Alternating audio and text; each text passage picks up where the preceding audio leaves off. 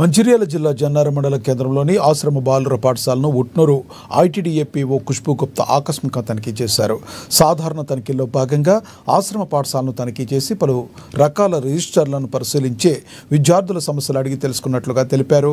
Hostel warden menu ప్రకారం భోజనం అందించడం లేదని, సరైన ఫ్యాన్లు లేక ఇబ్బందులు పడుతున్నామని, మినరల్ వాటర్ ప్లాంట్ చెడిపోయిందని విద్యార్థులు పీఓ దృష్టికి తెచ్చారు. 1-2 రోజుల్లో విద్యార్థులకు అన్ని వసతులు ఉండేలా చర్యలు చేపడతామని తెలిపారు.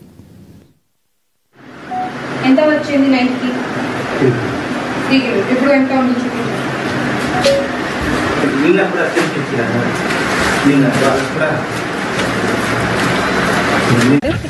ఈరోజు నా ద్వారా పీఓఐటీడీ ఉట్నూరు ద్వారా ఆశ్రమ్ స్కూల్ బాయ్స్ జన్నారాంకి ఇన్స్పెక్షన్ చేయడం జరిగింది.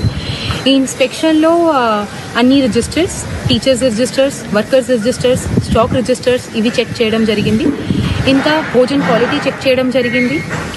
9th-10th క్లాస్ పిల్లల నుంచి మాట్లాడి వాళ్ళ స్టడీస్ ఎలా ఉన్నాయి, ఇన్ఫ్రాస్ట్రక్చర్ స్కూల్కి ఏదైనా ప్రాబ్లం ఉంది, ఈ సంబంధించి డీటెయిల్స్ తీసుకోవడం జరిగింది.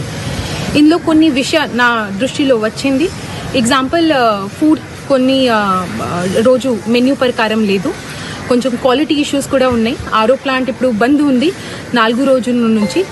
సో ఇవన్నీ ఇష్యూస్ సంబంధించి ఇప్పుడు ఉన్న వార్డెన్ డిటిడిఓకి ఇన్స్ట్రక్షన్ ఇవ్వడం జరిగింది.